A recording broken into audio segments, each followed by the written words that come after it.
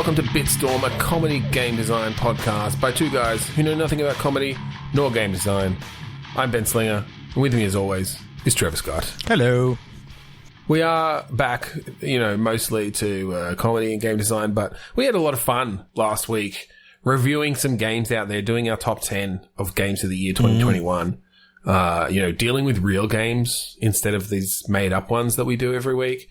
So, Trev, I thought maybe we'd just do a little bit more of that, maybe talk a little bit about some of the games we've been playing as a bit of at least a bit of an intro before we really, get into the game design discussions. Yeah, okay. So, and we can take some of the ideas from these, indie and whatever else games, like mostly minor indie games today, ones that I'm bringing to the table. But yeah, I know there may be some AAA in there. Well, that's it. And we can certainly use the ideas. Like, I think maybe it will bring a new element to the podcast if we can take some of the ideas from some actual games and then sort of compare them, like bring them into our own game designs. Like, one thing I noticed from last week is they seem to use, some actual properties out there, like Disturbed and, Disturbed MTV and MTV's Tetris Legends. The first one that I've got is Jackie Chan's Motocross Hunt. Okay, yeah, this is a fairly recent one. Yeah. Yeah, I haven't caught that one yet. I don't think it's on Game Pass, so. It's kind of like a cross between, a sort of martial arts game and, like, Ubisoft's Trials Fusion series and all that sort of stuff. So, like, the faux 2D, like the 3D, faux 2D, sort of the 2D plane. Yeah. So it's kind of like a cross between a 2D beat-em-up and a 2D... It's like Trials Double Dragon. Exactly. But it's all Jackie Chan. Okay, cool. So does he do... Like, Jackie Chan's so well known for kind of using the environment in his fighting and really kind of... You feel like he's on the back foot constantly, even though he's, obviously such a skilled martial artist and always comes out in front. Do they manage to bring that into it? Yeah. I mean, You've got people fighting from the front and the back, but you can use things from the background and things from the foreground as part of your fighting thing. So you're almost fighting in 3D, even though it's only on a 2D plane. I did see an amazing clip, and I don't know if this is a standard move that you get, but where he's like, going along on his motocross bike, but then he kind of does that move where like, he puts his feet down, brings the bike out in front, and it's still going. The wheels are going, and just flips it up, so it flips over his head, hits all the people in front of him, like the spinning wheels, just smacking into him, blast them everywhere, and then kind of somehow manages to like flip it up and behind him and get immediately back on it. Yeah. One of the things that I have noticed though is obviously when they filmed that trailer, they must have had the gore mode set to minimal. Because if you just log into the game as per normal and don't go to that setting, people's faces are no longer there. If you do that sort of move, like it just rips their faces off, and like I mean, I guess that's one of the wonders of like modern. When we were back playing Quake and saw Jibs for the first time bounce around, is it Jibs or Gibbs? I always said Jibs.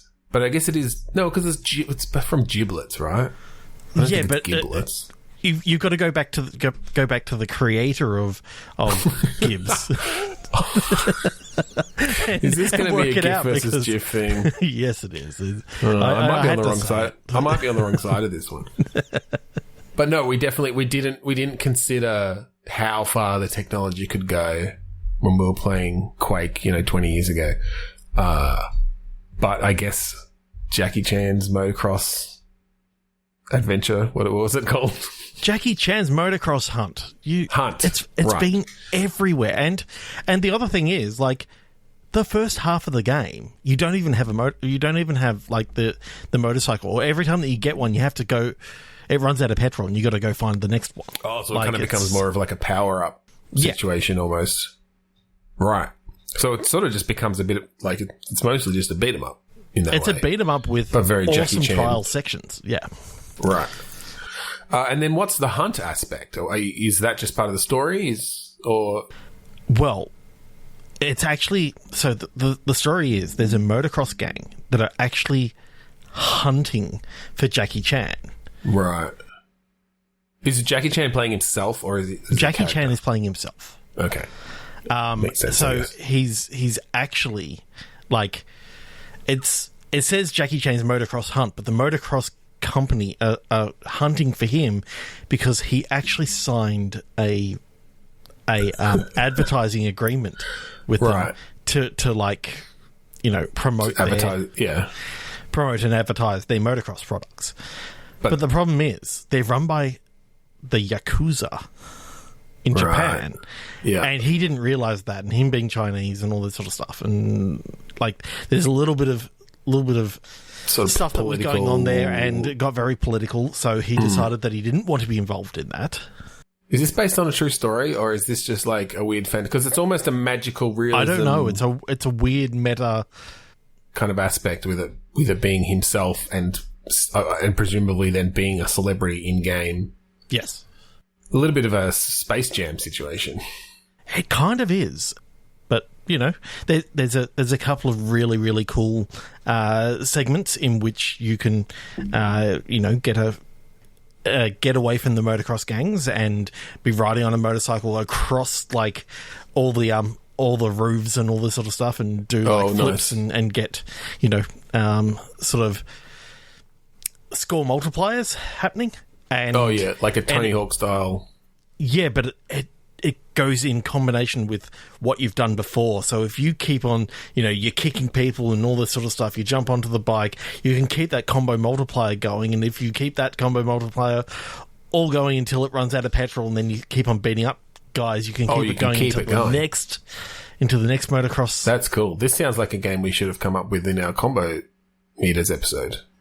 But really this is a real game. Like it was obviously already in production by that point. So, well, it was, you know, Christmas's big seller. Yeah, did come out 3 days before Christmas. Yeah. That's probably why it didn't make our Game of the Year list. Obviously, it came out a bit late for that.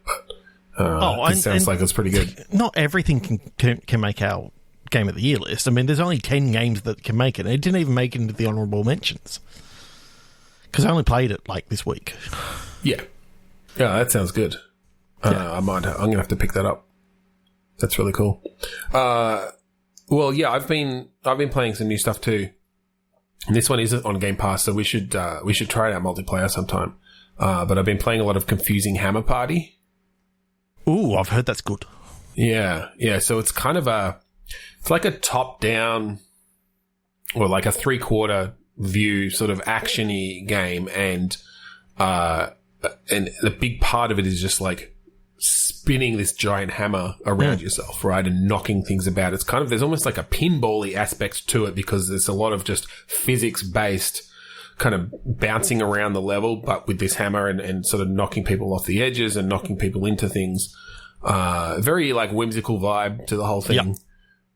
But, you know, the whole sort of story behind it is that you are at this party, like you start at this party, and so there's sort of a lot of like lights going on and music playing, and there's not rhythm aspects to the gameplay, but it feels very rhythmic at times as you make your way through these levels, and you're kind of knocking into all the people, you know, who are dancing and sitting around the level. And then it breaks out of the party as you go on, and kind of the story continues, you know, you go out onto the streets and so is it level based, or is it more open world once you get out of the party sort of thing? Like there are multiple ways you can go, but I don't think you make your way back through those levels. So there's kind of choices. There's a bit of replayability there where you start in the party, and then you're sort of on the streets, and then as you go, you know, depending on which direction you take, you might end up sort of through the park, or you might end up on a train, like literally going through the train cars one by one, making your way to the end. That'd be interesting. So it's very kind of Twitch based, and then you end up Twitch is their Twitch integration. No. I just mean like Twitch. Reflexes, you know, reflex based. Yeah, sort of. Yeah, very. It has like an arcadey feel to it. plays really well on the gamepad, and I really like the way. So, like, to get your hammer spinning, it's got like a little move on the right thumbstick. You don't have to keep it going, but like you kick it off with that move, and that sort of it comes into play for like where the hammer starts, which. That's sort of where the rhythmic aspect comes into it, is because this hammer's spinning around you at all times. If you want to hit something specific or in a specific direction, you kind of have to time when you get close enough to it that the hammer's going to come and hit it from the right direction. How easy is it to get it spinning in the other direction? Is it pretty much? It feels natural to just, hit it against something and it starts spinning back in the other direction, or is it? Yeah, less intuitive there's sort of than different that? element. They've done a really good job of visualizing like what things will just break and what things you'll bounce off in that way. So yeah, there is sort of a bounce. If you hit something that's just not going to break, you'll bounce and start spinning in the opposite direction. And there are levels where you can really use that. And I think like. I don't tend to watch the speedrunners, but I can imagine that in some of these levels, it's all about really getting that back and forth. Like you can get through some areas by just like quick bouncing back and forth to really, because it then the bounce sort of propels you back as well. I could imagine, given that it is physics based, that the speedrunners would have broken the fuck out of this game. Like they just would have. Oh, probably. I mean, kind of like what we were talking about a little while ago about. The new Five Nights at Freddy's game, where they've totally demolished that game right now. It's the speed run's down to like 3 minutes now. That's it's fucking ridiculous. But if the physics system is the weak link, they're going to attack that. Yeah, for sure. And look, that's fine. I feel like the way that speedrunners play games, that doesn't particularly take away from how a game's intended to be played, as long as the physics aren't so broken that it just in the normal playing of a game, you sort of run into broken stuff. But I haven't found that in Hammer Party at all. I know that very early on in the development cycle, they were talking about having different unlockable hammers. Yeah, like an actual. I started thinking, there are cosmetics. Are they actually going to do it to the point where they actually get like companies advertising their hammers in the game? I mean, I hope not. But I mean, it's an indie dev team out of Adelaide, I think, who put it together. So I don't know. Maybe if they can get some money for sponsorship to sell it, then maybe. I think there is an Easter egg in there where you can get Mjolnir as your hammer, and okay. I don't think it actually affects the gameplay, so they probably get some flack for that because it still like bounces off things and stuff. And how are they worthy? Well, again, it's kind of more. It's sort of just a skin that they added as an Easter egg. I suspect that. So it's not the real sort of Marvel. hardcore Marvel fans. Yeah, I guess it's someone cosplaying as Thor, but yeah, that makes sense because there are because you can throw the hammers too, right? And that really comes into again the timing of the swings. But they certainly didn't make it that you can recall Mjolnir. Mm. Okay, but it's cool. It's cool, and I'd love to try out the multiplayer side of things too. How does multiplayer work in this? Is it so they have some arena modes where it's really just around knocking each other like off the edges. So it really does come down to the timing of spinning your hammer, hitting them at the right time, or throwing it at the right time. And of course, if you throw it, you have to like go and retrieve your hammer. Oh, so they don't have the God of War, retrieve. No, you can't like. And that'll work really well with the Mjolnir mode. I've got to. Well, that's it. But yeah, that's another thing that the Marvel fans I think would get pissed off about is that you can't recall your hammer. I mean, if you're able to play with Mjolnir, then you should be able to play as Thor, because he's the only one worthy. I mean, let's not go too deep into the lore. Technically, you could play as Captain America, I guess. Spoilers for a 2-year-old movie. And a probably 20-year-old comic book, I imagine. Whatever it's based off, I don't know. But anyway, yeah, we should. That's what I've been playing. We should give that a go sometime. Is there anything else you've been playing that you wanted to discuss before we maybe get into some game designs? I think we should do one more each because these are kind of fun. Just to have a look at what other people are doing. But I know this one I kind of don't really want to talk about, but Unpleasant Harpoon Factory. There's just something that this is not one I've played. When they say unpleasant, they really mean unpleasant. Like, you can tell these harpoons are not made very well, and the entire, like, the fact that the whole game's set in a factory, and they do kind of like a Batman Arkham Asylum sort of thing, where you're a security guard. Some thieves have come into the Unpleasant, and it's called Unpleasant Harpoon Factory because, like, is that like the company name? Yeah, like the Unpleasants are the owners of it. Oh, okay. Yeah, Phil Unpleasant and Owen Unpleasant and yeah. So there's some international jewel thieves that come in, and they're looking for harpoons so that they can raid an underwater base. Okay. And they take over the entire place, and you're just a lowly security guard that you're in your security office, and you start noticing all the cameras going out. Yeah. And you realize that you left the front door unlocked when you last came back in from Smoko. Right. How does this because I think I've seen a few sort of screenshots, but I haven't really seen it played. Like, how does it play out? Is it there is like a you lot said, of it's kind of Arkham sneaking Asylum-ish? There so are, it's like third person. Yeah, third person. Yeah. There's a lot of sneaking through vents. I mean, you start off and all you've got is like a baton. Like, you don't even have a gun or anything like that. So you're sneaking through with a baton, and by the time that you make it through to the first floor of the factory, they've already loaded up with harpoons. So they've got, like, all these shoddily made harpoons, right? Yeah. I say shoddily made because their heads are too big and the sticks are too thin and all this sort of stuff. Pretty much any time that they throw one, it breaks on impact. It's right. They're kind of. I guess they kind of have to do that from a gameplay point of view to. Yeah, so you can't just have these. There's millions of these things being thrown around by the end of it. Yeah. It's a very short game too. It's only about 2.5, 3 hours. Okay. I think they were selling it for like $50, weren't they? Yeah. Jeez. So I know. Not a recommendation from Trevor then.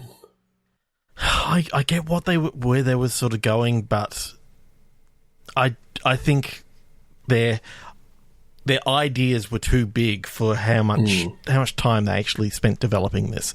Given that this started off as game jam, and they kind of didn't do anything after the weekend. It feels like they just put out the 48 hours and sold it for $50. I mean, it certainly sounds like they, at the very least, like, made it on a budget and trying to recoup that with the high cost and just have not priced it well. Has it been selling well? That I don't know. I know I bought it and I finished the game and it was just outside the 2 hours, so I couldn't refund it on Steam. But I kind of don't like doing that anyway because that's just... Not if you've actually played through the whole game, but yeah. All right, well, I'll probably stay away from that one. I think it's not worth my time. Yeah. I don't remember who made it. And yeah, it's... Yeah. It gets a 7 out of 10 from me. That's about as low as I'll go. Mm. Well, the only other game I've really been playing lately is one on my phone, and we don't talk about phone games a lot, but this is one that I just like. It's got some good. It's a good toilet game, right? Well, it's a good toilet game if you want to spend 5 to 10 minutes on the toilet at a time, but okay, yeah, generally short rounds. And it's 3D Fire Runner. Okay. It's actually based off, like, it's a sort of a remade 3D version of the original Fire Runner, which was back on, I think, the Super NES. Okay, yes, I seem to remember that. And so they've changed the gameplay up a little, but mostly it's just Mostly like it's just in a third 3D dimension. version. Yeah. Like they've obviously remade it all. It looks quite nice for a phone game, actually. That Fire Runner was the one where you're the personification of fire, aren't you? And you're literally running around. It's very sort of fast paced, almost an Endless Runner style sort of thing. It's funny because I was thinking like, oh, but Endless Runners weren't around then, but like really that style of game, like it's just more of you get as far as you can. Like arcade games have been doing that forever, really. So yeah, you're running around as this flame person essentially, and you have to make sure that you're keeping up your fuel, like collecting fuel to keep yourself live. So it's just a lot of sort of quick decision making on which direction to go. Like make sure that you've got you can take shortcuts through like a waterfall as long as your flame has been built up enough that you're not just going to completely douse yourself, because it'll be you'll get more collectibles that way. But you're taking the risks. It's not a hard and fast. Oh, I have like 5 fire points left, and you sort of have to do it visually. Cool. But yeah, I like it as just like I said, short little runs. It's got a like a high score table.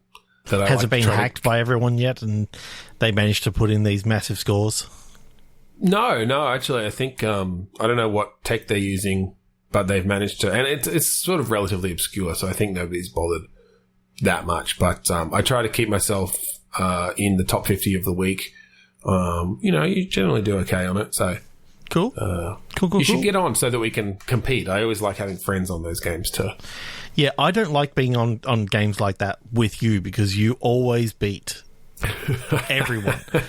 Given that you spend, 3-4 hours in the toilet every day playing these sort of games, so it's more like maybe 1 hour cumulatively on the toilet, and then other times when I should be working. You're just playing the game, I'm just playing the game. I remember one of the games that we played many years ago. What was it? Holy Fun Summoner. If you remember that game where you wrote a bot to actually get you the high score for the day. Like, I mean, that one had some like a fairly limited number of moves that really worked. So. Yeah, and that was back when I had a bit more spare time. But yes, I was consistently at the top of that leaderboard. But no, this one, like I said, I don't think this one has been hacked, so it would be at least a fair game, but I have been playing it for a couple of years now as my kind of go-to game, so. Couple of years? I thought you were reviewing something new. No, it's the only other thing I've been playing, because I'm just always playing it. Okay, I should check it out then. 3D Fire Runner. Yeah. Okay, so what do you reckon? We get into some normal click pitch? Yeah. Ben, why don't you tell our listening audience how click pitch works?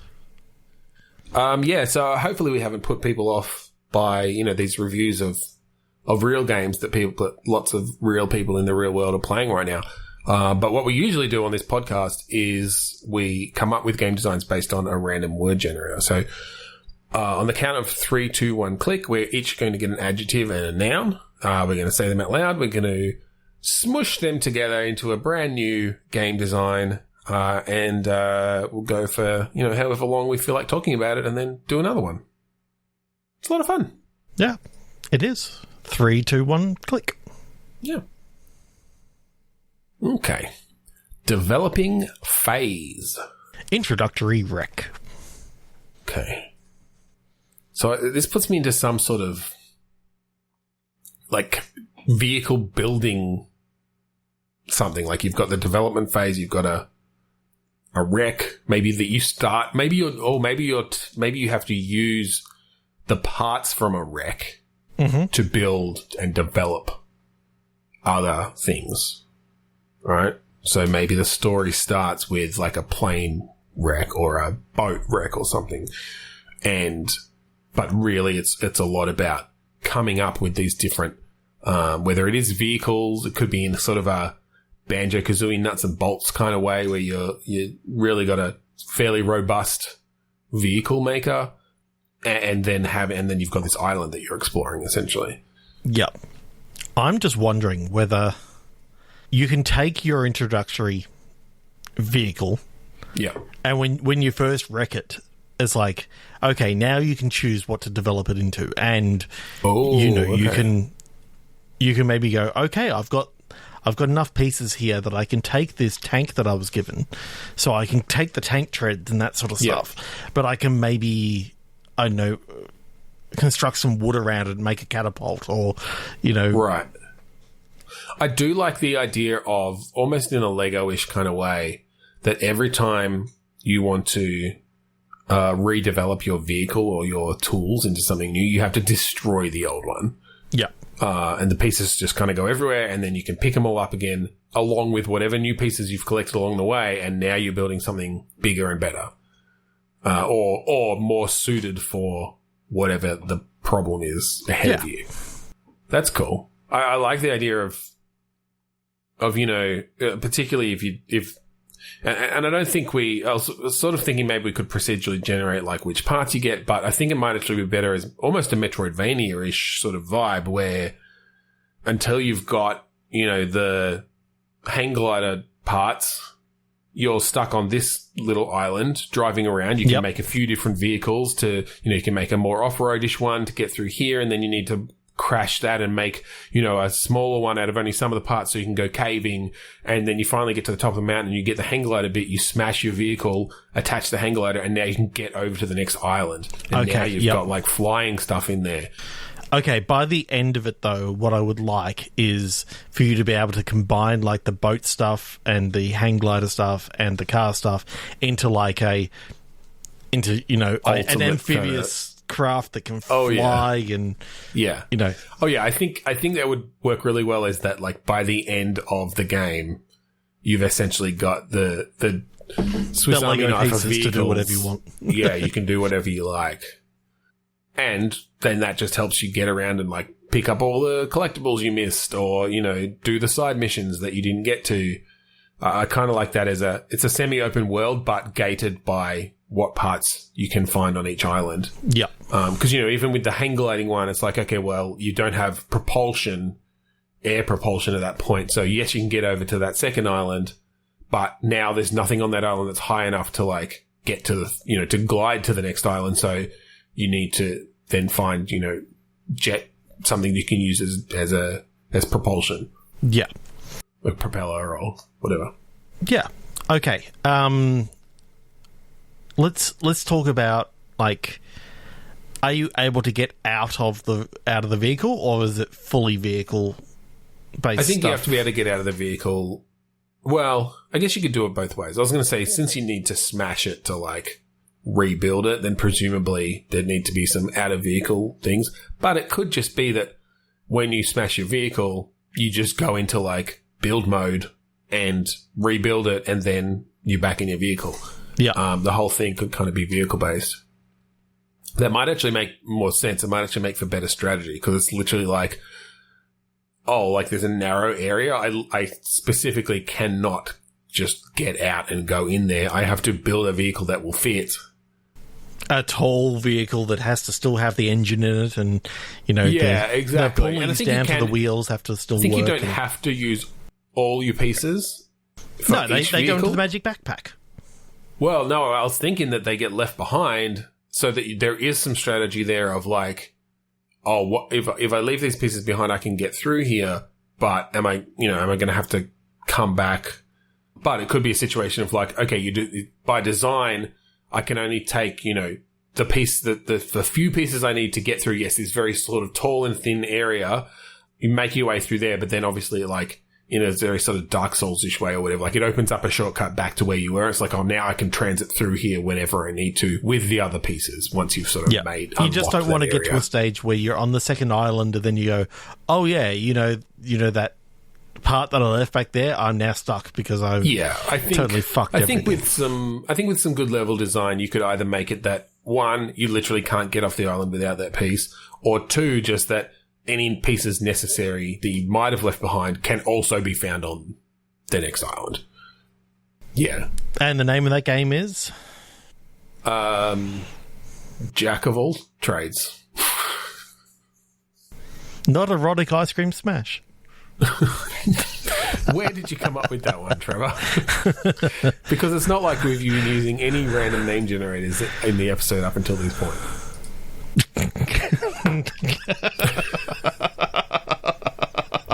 Did you just, air quotes, remember another game you've been, air quotes, playing, Trevor? Yes. Okay, tell me about it. Mary Kate and Ashley's Catapult Overlords.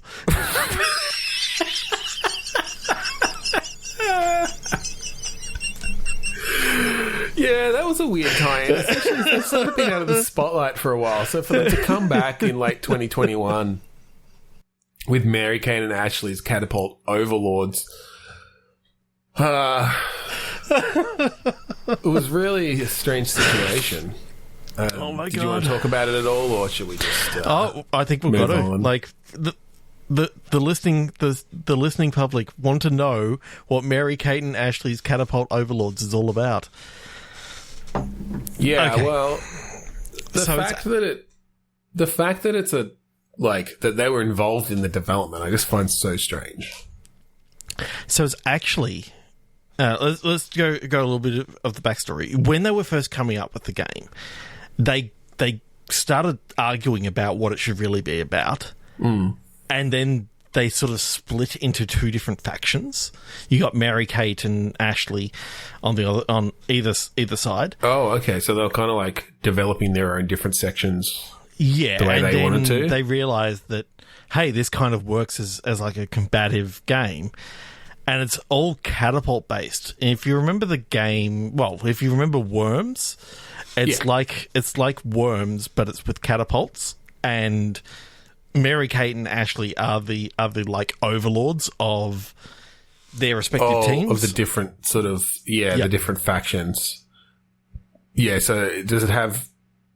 It did sort of give me a bit of a Scorched Earth vibe in that way with the different.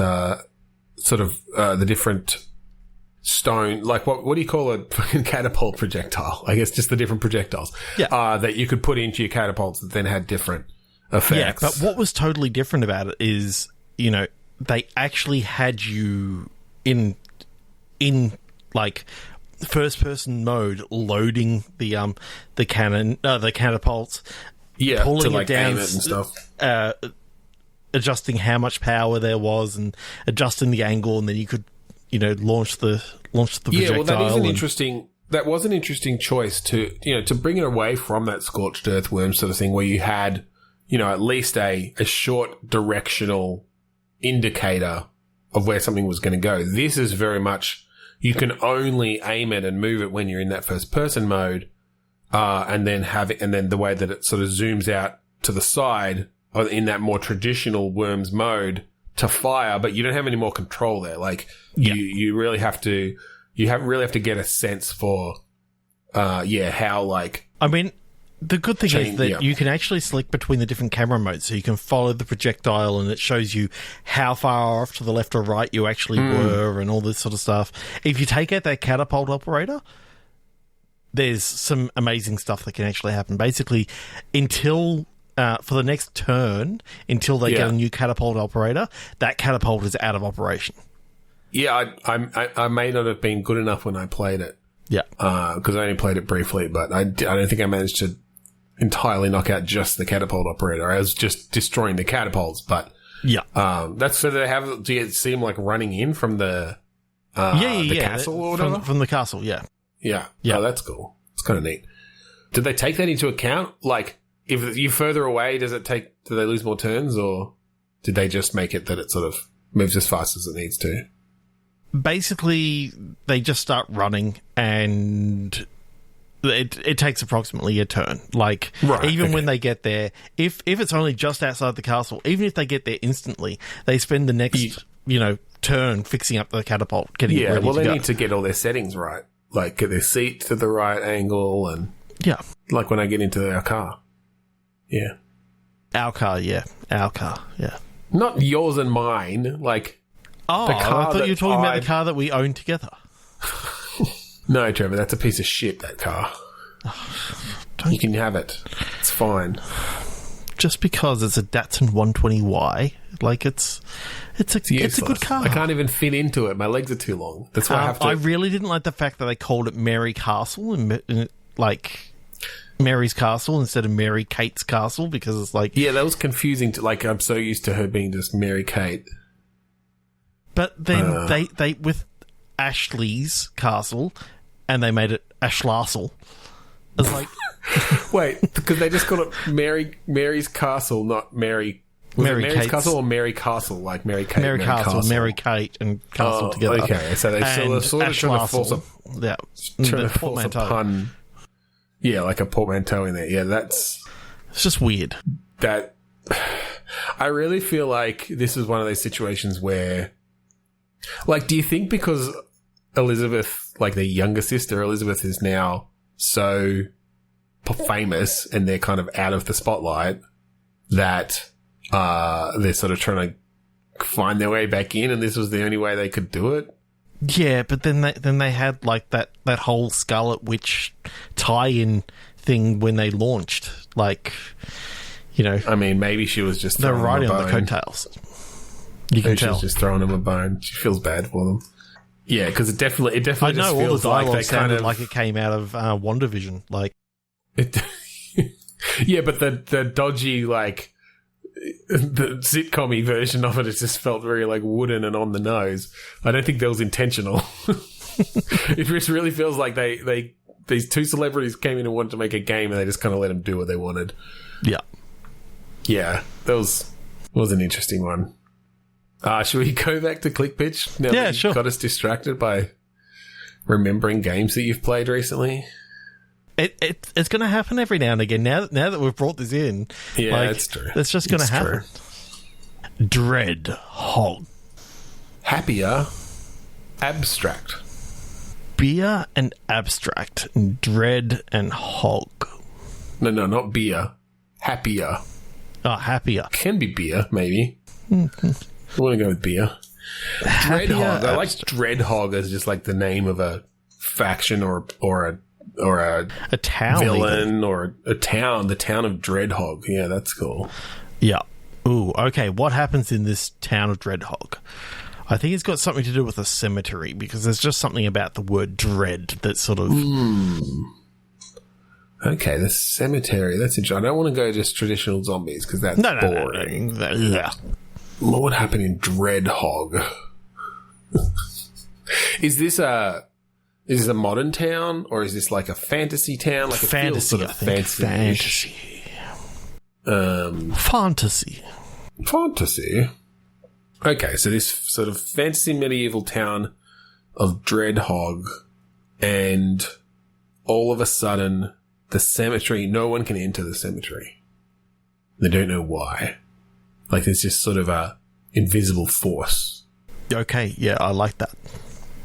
So, you're a new, like, you know... Comer to the town. A newcomer to the town. And you turn up, and only the day before, or the 2 days before, like, Yeah. did this force field actually come up. And you've actually come to town for a funeral. Okay. That's cool. And basically... Is the funeral happened before this, or it's that, like, on the day of the funeral is kind of when this starts happening? This started happening 2 days ago, the day that this guy died. Right. Okay. That's cool. And now it's his funeral, but they can't put him anywhere because they can't go to the Right. to the cemetery. You come in, you're happy as Larry, and you know. Well, I mean, can't be. Why are you here for this funeral? Were you close to them? You can't be too happy if you're there for a funeral. I don't know. There's just something about this guy that is a little bit weird About your character. about your character. Okay. So I like the setup a lot. Yes. Sort of doing something a little bit different in that way, where there's a bit of... It's a paranormal, but it's not It's not jump scares. It's not gross scares. It's just, you know, something weird going on in this town. Is this like an adventure game kind of thing? Like walking around and talking to people in the town? I think it's more of a Mass Effect-y sort of thing in which it's third-person stuff, but you do have to go around talking to people and like doing the RPG sort of stuff.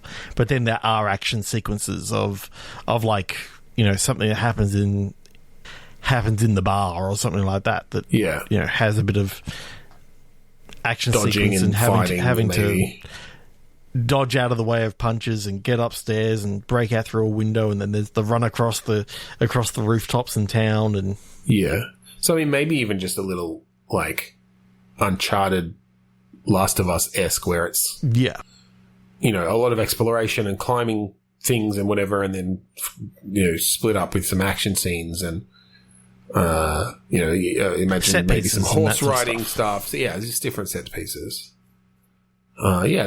That's cool. So what is it? Presumably then it's something about this person who's died that has caused this to happen. Is it them? Is it their spirit, like, not wanting to be buried? I know. I kind of like the idea that this is your brother who has died. Okay. And you're like the estranged sister that has come back to town. And you're super happy because you know that now you've gone up a post in the will. Oh, in the will. I thought this. Okay. Yep. You know, because your dad's still alive and all this sort of stuff, and your brother. I thought you were going to say that she knew something about this mystical force, and like it's like she's now more powerful because her brother's dead or something. I know we could go a Highlander thing here of, you know, there can only be one.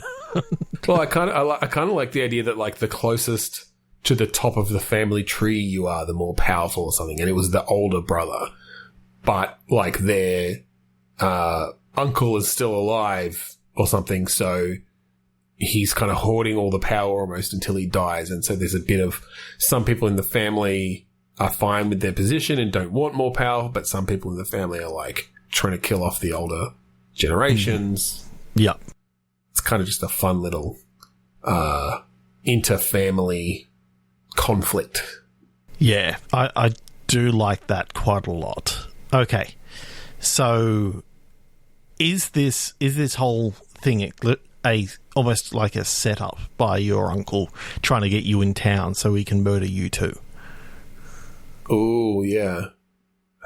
Yeah, I like that. That not only is it that you're more powerful the closer you are to the top of the family tree, but like anyone below you in the family tree dilutes your power to a certain degree. Yeah. So there's a bit of Highlander, a bit of Jet Li's the one. Jet Li, right? Yeah. Yeah, yeah. Where there's just... Did this start... Like, has this been going forever, or like in this family, or is it a more recent thing of like at a particular time, you know, there were 3 or 4 generations alive, and now there's like however many are left, because, you know, and so you were alive at the time that this came about? Or is it more you've been born into this, it's been going for generations, and somehow... I kind of like the idea that you were born into this, has been going for generations, but you were born 300 years ago. And because there are so little people left in the family, every time that someone dies, you seem to get, you know... rejuvenated and more powerful and all this sort of stuff. And you don't have to bring it in straight away, but I like the idea that it's now down to there were literally only 3 people left in the family, and it's your uncle, you, and your... another sibling or cousin, maybe? Well, I was thinking maybe child. And you're now protecting... Oh, okay. That is cool. I was thinking that either... like that we would at least need for there to be some offspring by the end of the game, at the very least. Yep. But no, I think it's probably cleaner to just have it that she already has a child. Maybe a secret child that she's been keeping from. Yeah. Yeah, okay. I like that. So then the uncle presumably killed the brother. Yes, because and you basically you don't realize the uncle felt when the baby was born because he felt his power diminish to a certain degree, just like you felt when your brother was killed because you felt your power grow. And maybe your brother was helping you then. Maybe your brother was trying to protect your child as well. But you're also, you come in happy because you know that your brother can finally rest. Because in this family, you don't die of old age. You basically... You only die by murder. Yeah. By familicide? What is it called when you murder someone in your family? I don't know. Famicide? Nephewcide. Is there a general... I don't know.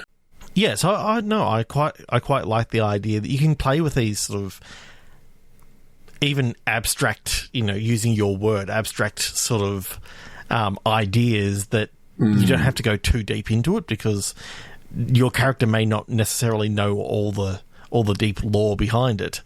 Well, I like then the idea, particularly in a Mass Effect way, of it's like your character, she's been trying to stay out of it. Like she's just wanted to live. She's just wanted to raise a child.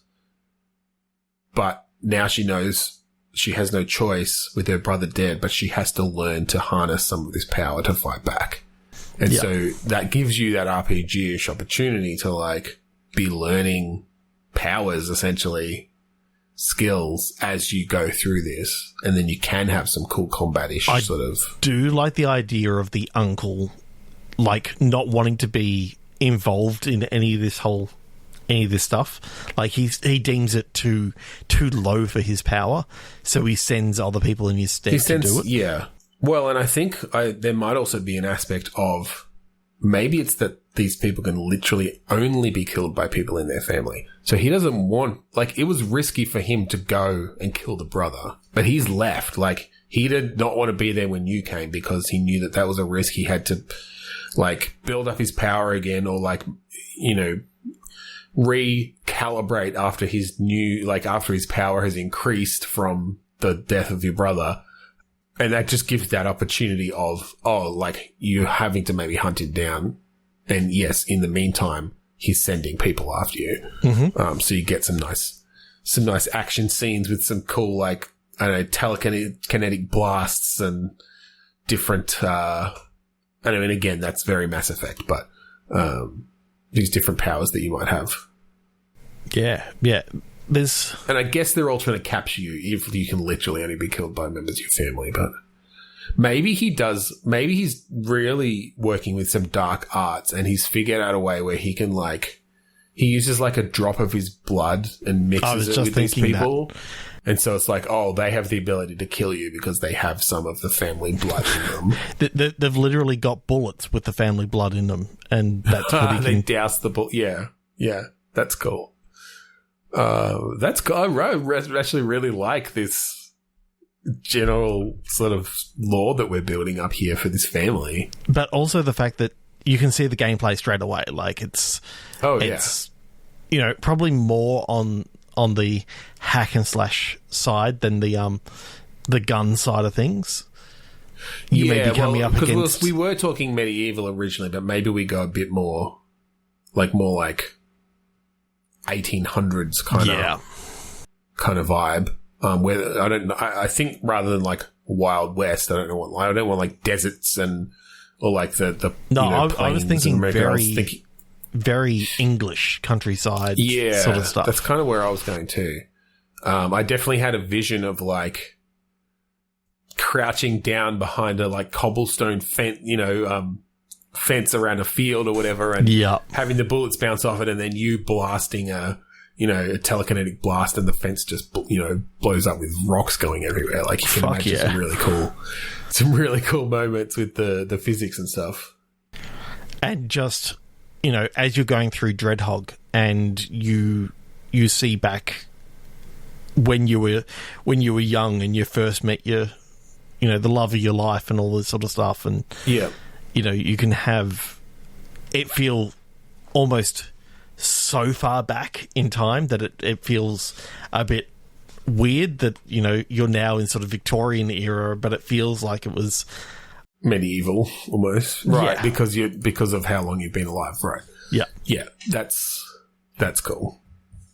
I love that. I think that's fantastic. I want someone to steal that idea and make this fucking action RPG with some real poignant family drama and protection of your child and stuff. That's awesome. Okay, 3, 2, 1, click. Yep. Let's do at least one more. We'll unless you've got another game that you're thinking of, and I did play a little bit of Mickey's Chicken Operation. Mickey's Chicken Operation, and that's the one that you expect it to be very much Disney, but it's actually it's another guy called Mickey. Is that right? Yeah, exactly. I think I'm surprised that they managed to get it out legally, but I think because there's no mice in it, there's no, nothing there. I think because obviously Mickey's just a name, they can't really copyright it, trademark it to that degree. A name like Mickey, like there's lots of Mickeys out there. Yeah, yeah. So no, this isn't. They did have some trouble because I know that Disney Plus is coming out with like how Netflix has got its games. Disney Plus is coming out with some like exclusive game stuff, and they did have. I think it's like Mickey Mouse, Master Surgeon or something. So there was some similar things there where he operates on all the ducks, and. Yeah, so like Donald and Daisy Donald, and Huey, Dewey. Yeah, exactly. Yeah. But no, this is unrelated to that, and it's not. So it's again, I think they got away with it because operation in this case is not like surgery. It's like an operate. Like it's actually like a heist. Yes, and so it's essentially this guy who has assembled this team of chickens. Mm-hmm. To pull off, like jewel heists and stuff. So it's really quite wacky. It's kind of it's actually really nice. It's this side-scrolling retro pixel art sort of thing. And so you have these great, scrolling across the scene and just all these chickens doing all their little animations and stuff. It's really like a real, feast, I guess you could say. To watch. It's a feast for the eyes. Because it's who did they got Octavio Navarro to do the pixel art. Like it's one of who did nice. Thimbleweed Park. Yeah. And so if you've seen any of his like kind of super detailed low res pixel art stuff, it's very much in that vein, which is really quite fun. I think I remember that these are the developers that made Feverish Yak in the Hood. Yes. Yeah, that was the previous one. Yeah. Yeah.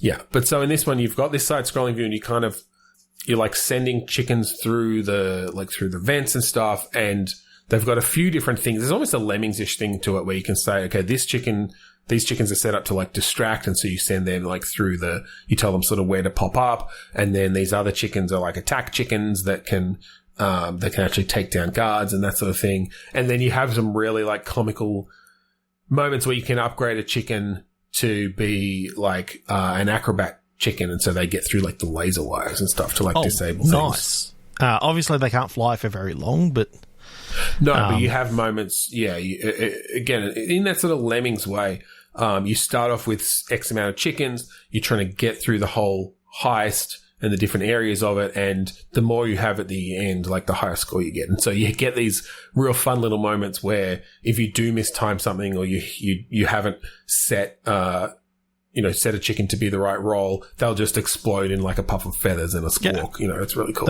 That's cool. There was talk about being able to set up astrological signs for each of the chickens. Did they put that in place? They do have like procedurally generated, what do you call, like dossiers for each chicken that you can click on the chicken. They've got like a name, date of birth. Or date of birth. date of hatch, I should say. Yeah, exactly. I think they use that, actually. I think it's like a DOH, which is kind of funny. And they do have a star sign, but I'm not sure it comes into play particularly. I think it's... Oh, I think you have to actually, in order for it to come into play, you have to look at the newspaper each morning and get the local... Like the horoscope. The horoscope, and if you read it, that stuff comes true in the run. Oh, okay. So maybe that's that might be an extra layer that I haven't either unlocked or just enabled. Like what sorts of things? So it'll say if it'll say for like an Aries or Leo that they're prone to falling today. Right. So you have to have a better sense of which chicken has which star sign, and then maybe not assign them to the flame rolls. Because Jupiter is in the 5th house, Virgos are very lucky today. Right. And it basically means that, and this is just going off my memory of what I quickly read, it means that any Virgos that you've got will literally pass every single roll that they do, even if it's like a 10%. Right. So... Okay, yeah, that's weird. Like, I think that must be an extra system of, like, pluses and minuses that they add. Maybe it's sort of a more difficult mode. Because it seems like a really weird thing to add to that game. It's strange that they did Very that. weird.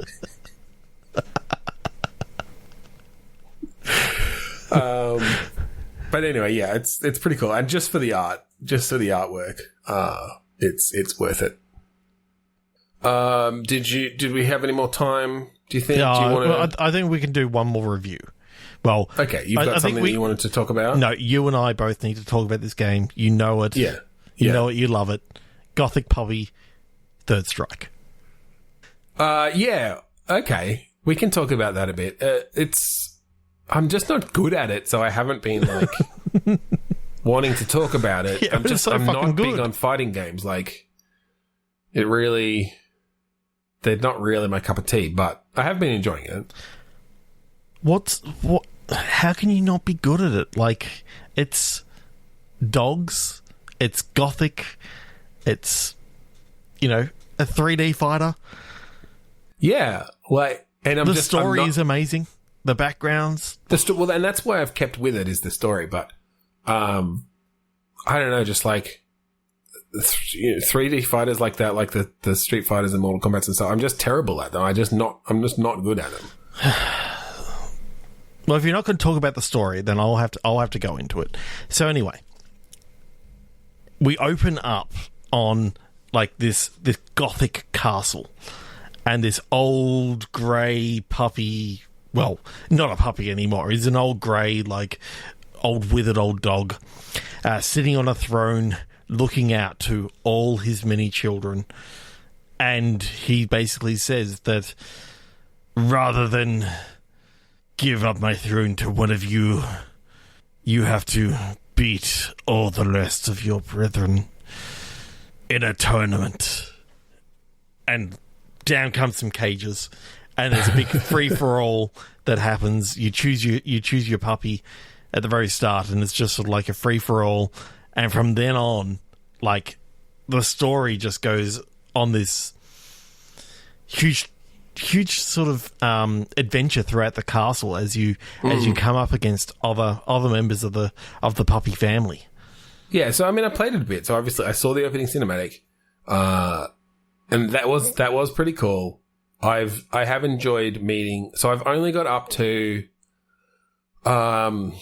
Tulip, I think, like one of your sisters. Yep. So I mean, I'm a few fights in, but I have enjoyed the way that they really flesh out the story through the interactions with the other siblings. I guess you like the rest of your litter. But don't forget, like, you can only choose at the very start between like 4 different puppies because you can only choose from the latest litter. Yeah, and I mean that obviously makes sense because they there's a set story through it with all the other siblings. Yes. Do you meet? Are the other three options? Do they go into the pool of people you can fight, or do they just not show up again? I finished 3 of the 4 puppies, right, and I've unlocked another 2. So so there's more like starting characters. There's definitely more starter characters, and it's like they all have different fights all the way through and they take different routes throughout the castle. So it's not like when you there's play a fair bit of stuff in there. When you play, as Chester, which is everyone's default choice because Chester is just so cool with the... it's the cutest one to start with. He's got a mohawk. Who doesn't like a mohawk on a puppy? And it's his ears that they've, put up into a spiked thing. It's so cool. Yeah, and his collar is just, spiked as well, and it's very punk vibe. It's very punk vibe, but... the fact that you can actually enhance the collar, he's got a magic collar that can be enhanced by Puppy Merlin, which is an amazing Easter egg, like the fact that they brought in Puppy Merlin from the Gothic Puppy First Strike TV series, right? Yeah.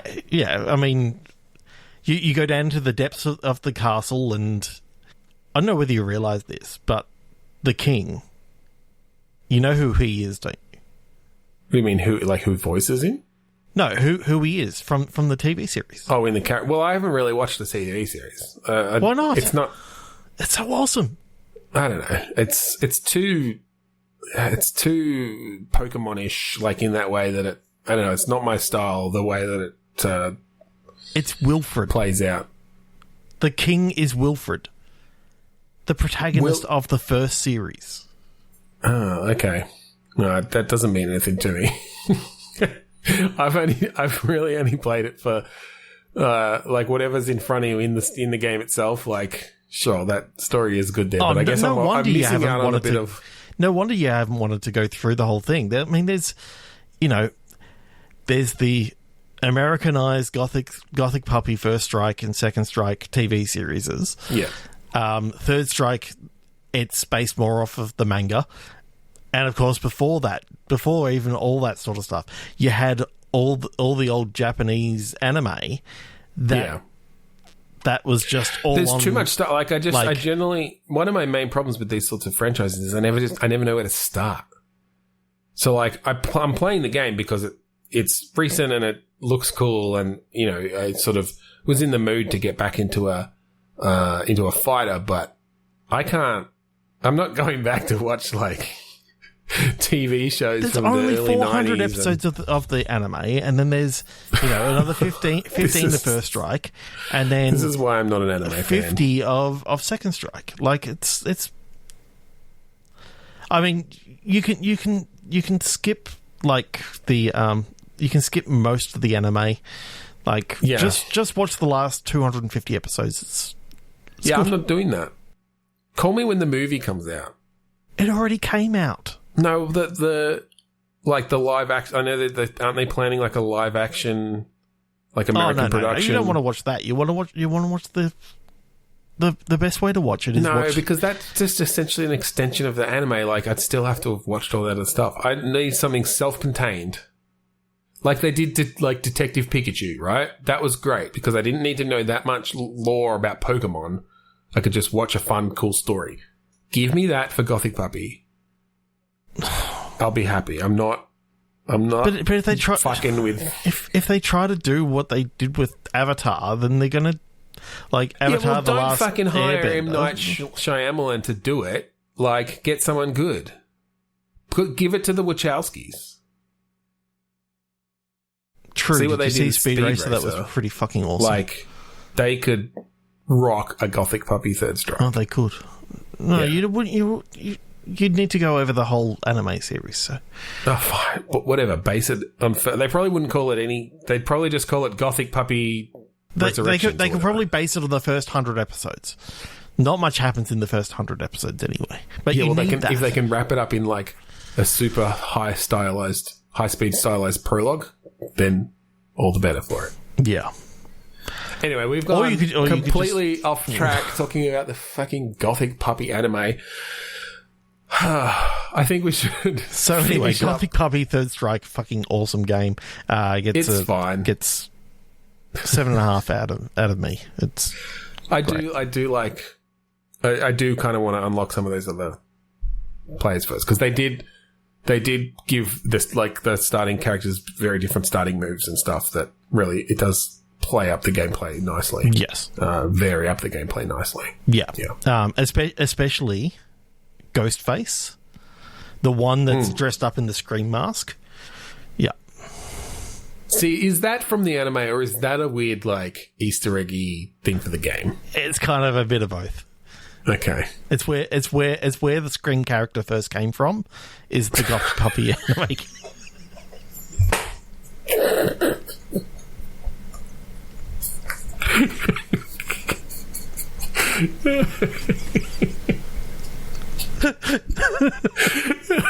That set me over the edge. Fuck.